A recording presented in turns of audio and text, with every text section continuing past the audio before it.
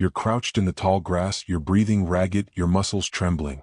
The smell of blood, fresh and metallic, hangs heavy in the air. Somewhere behind you, a branch snaps. You don't dare turn around. You already know what's there. This isn't a lion. It's not a bear. It's a hunter older than your species, stronger than your body, and faster than your fear. Your only chance? Outsmarting a predator that has been killing humans for thousands of years before history even began. And tonight it's hunting you. Chapter 1, Shadows in the Grass. Imagine walking through a prehistoric savanna. The air is hot and dry, filled with the buzz of insects and the distant cry of birds. You're carrying nothing more than a sharpened stick, hardly a match for the wilderness surrounding you.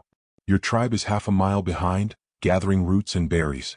You've wandered out a little farther than you should have, chasing a rustle in the bushes that you thought might be a rabbit. But the sound you hear now isn't prey. It's something heavier, slower. The wind shifts and a smell hits you, musky, thick and sharp with the scent of raw meat. Your instincts flare. Something is near. Something that sees you not as a threat but as a meal. In this world, survival isn't about noticing predators first. It's about noticing them before it's too late. But this one?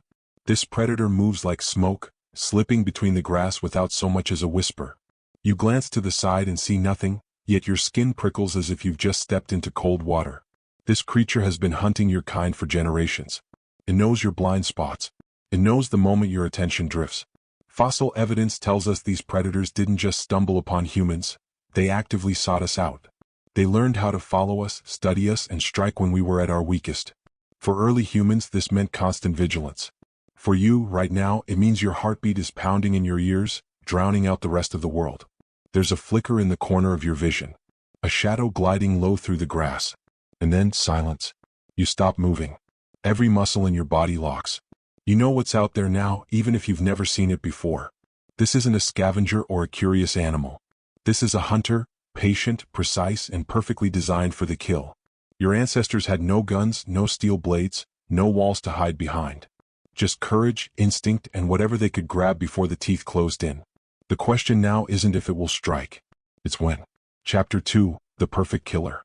Now imagine meeting a creature weighing over 800 pounds, with jaws strong enough to crush bone in a single bite. Its eyes are locked forward like yours, but not for curiosity, for precision targeting. Every muscle in its body is wired for sudden bursts of speed, every tendon built to pounce. This predator doesn't chase endlessly. It doesn't have to. It can close the distance in seconds. Once it's close enough, it strikes with a force that doesn't give you time to scream. Some were massive cats, bigger than modern lions, with saber-like teeth designed not just to kill, but to pierce through the thick hides of Ice Age prey. Others were pack hunters, working together with brutal efficiency, surrounding humans before they even knew they were trapped. Evolution had sculpted these animals over millions of years. And humans? We were still learning how to chip a sharp edge into a rock. Let's put this in perspective. In a direct confrontation, you wouldn't stand a chance. Speed. Many of these predators could sprint at 35 to 40 miles per hour. Maybe 15 miles per hour for a short distance before exhaustion sets in. Strength. A single paw swipe could break bones. Humans were fragile. We had no natural armor, no claws, and no real bite strength to speak of. Senses. They could see in near darkness. They could hear a twig snap from hundreds of feet away. And their sense of smell? Powerful enough to track you for miles. Early humans learned quickly that running wasn't enough. Neither was hiding. These predators could follow your trail until you collapsed from exhaustion, then feed on you before your tribe even knew you were missing. This predator didn't just kill. It terrified. And fear itself was a weapon. When a creature can stalk you for hours without being seen, it shapes the way you live. Early humans avoided certain areas entirely, not because they were empty of food, but because they were too close to the predator's territory. Archaeological evidence shows campfires weren't just for cooking. They were deterrents, signals that humans were awake, alert, and ready. But even fire didn't always work. Fossil sites show bite marks on human bones deep inside caves, meaning the predator was bold enough to follow people into their supposed safe zones. It was the kind of hunter that made you check the darkness twice before closing your eyes. Chapter 3, The Hunt begins. It starts subtly. You notice fewer animal sounds around you. The birds that were chirping moments ago have gone silent. The air feels heavy as if the world itself is holding its breath. Your feet crunch on dry grass, but somewhere behind you, you hear it, the faintest whisper of movement. Too soft to be the wind. too deliberate to be random. You turn. Nothing. Just endless grass swaying under the sun. But your instincts won't let it go. Every hair on your body is standing on end. This is how our ancestors first sensed danger, not through sight or sound but through a deep, ancient part of the brain that screamed, "You are being hunted." And the truth is, if you've reached this point, the predator has probably been following you for longer than you think. This is not a chase. Not yet. This is a game of patience. The predator knows you're aware. But that's part of the plan. It keeps its distance, shadowing your every move, letting fear do most of the work. You start walking faster. The creature adjusts. You stop suddenly, hoping to catch it off guard, but it's smart. It freezes too. Perfectly still. Some big cats and Ice Age predators hunted like this because they understood something critical. Humans could panic themselves into making mistakes. They'd stumble, drop tools, or get separated from the group. That's when the strike would come. The predator doesn't waste energy. It doesn't need to. It's not after a fight, it's after a clean, decisive kill. You reach a clearing. Your breathing is fast now, heart thumping in your chest. You glance back again, and that's when you see it. Just a flash of fur, low to the ground. The grass parts, then stills. Your pulse spikes. You know running won't work. You know climbing a tree might only delay the inevitable. Every option feels like it leads to the same end. Somewhere out there, hidden by the grass, the predator is making its final approach. It's not guessing where you'll go, it already knows. This is the moment prehistoric humans dreaded most, the last few seconds before a predator committed to the kill. Chapter 4, The Kill Strike. It happens faster than your brain can fully process. One moment, there's only stillness, the soft rustle of grass in the wind. The next, the world explodes. A blur of muscle and teeth launches forward with terrifying precision. The predator's leap isn't just powerful, it's calculated. Every inch of its body is built for this one explosive moment. Massive hind legs propel it upward and forward. Claws extend midair, finding flesh before you even have time to react. Your body's instinct? Duck, dodge, maybe throw your arms up. But in the predator's world, hesitation is fatal. In the blink of an eye, you are no longer prey running from a predator, you are inside its strike zone. And once you're there, the rules of survival change entirely. The predator's jaws are like a living trap. Whether it's a saber-toothed cat, a dire wolf, or another Ice Age killer, its teeth are designed for one purpose: disabling you instantly. Some go for the neck, crushing the windpipe or severing the spinal cord.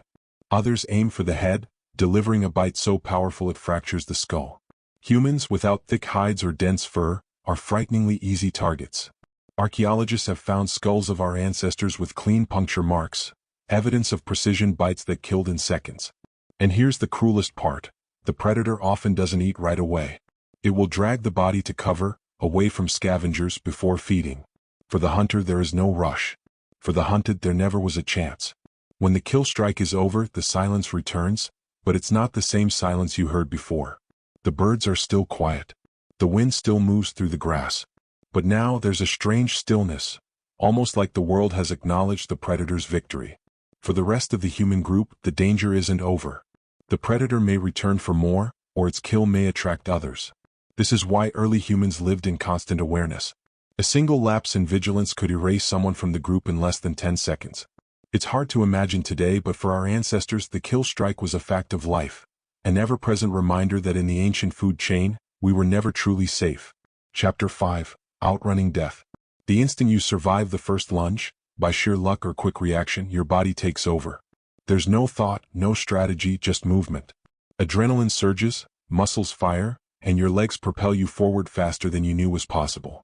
In this moment, your brain is working on pure instinct, tapping into the fight-or-flight response our species has carried for hundreds of thousands of years. But here's the problem: prehistoric predators were built for bursts of terrifying speed. A saber-toothed cat could close the gap between you in just a few seconds. Dire wolves could keep pace over longer distances. Running was never just about speed, it was about terrain, obstacles, and buying just enough time to reach safety. And safety in the open grasslands was often a distant dream. Early humans learned a few desperate tactics to turn the odds in their favor. Some zigzagged, forcing predators to adjust mid-sprint, burning their energy. Others dropped heavy objects, spears, stones, baskets, to lighten their load or slow the hunter down. One of the most effective strategies? Head for rough ground. Thick brush, tangled roots, rocky outcrops, anything that could break the predator's stride. Humans were clumsy sprinters, but we were better at endurance running. If you could make the predator work harder for every step, you had a small chance of outlasting it. Sometimes groups worked together. A fleeing human might lead the predator toward others lying in wait with spears. But this was dangerous. One mistake and the plan ended with more bodies on the ground. The harsh reality is that most escape attempts failed. Injuries slowed people down. Children couldn't keep pace. Older members of the group were often the first caught. In many cases, running only delayed the inevitable. This is why early humans developed not just speed but awareness. They avoided being in open areas without cover. They traveled in groups large enough to watch each other's backs. And they learned to read the signs of danger before it was too late. Still, there were moments when someone simply couldn't outrun death. For the survivors, those moments became grim lessons, passed down through generations, about how dangerous the world truly was. Chapter 6: The Predator's Legacy. Predators didn't just threaten early humans, they shaped us. Every close call, every ambush, every kill left an imprint on our species. Those who survived weren't just lucky, they had sharper instincts, better teamwork, and sometimes even genetic advantages for vision, reflexes, or endurance. Over thousands of generations, these survival traits became part of who we are. Even our brains bear the mark. The human ability to sense when something is off, that prickle on the back of your neck, may be a direct inheritance from ancestors who noticed danger before it struck. Those who ignored that instinct often didn't live long enough to pass on their genes. Predators also shaped our stories.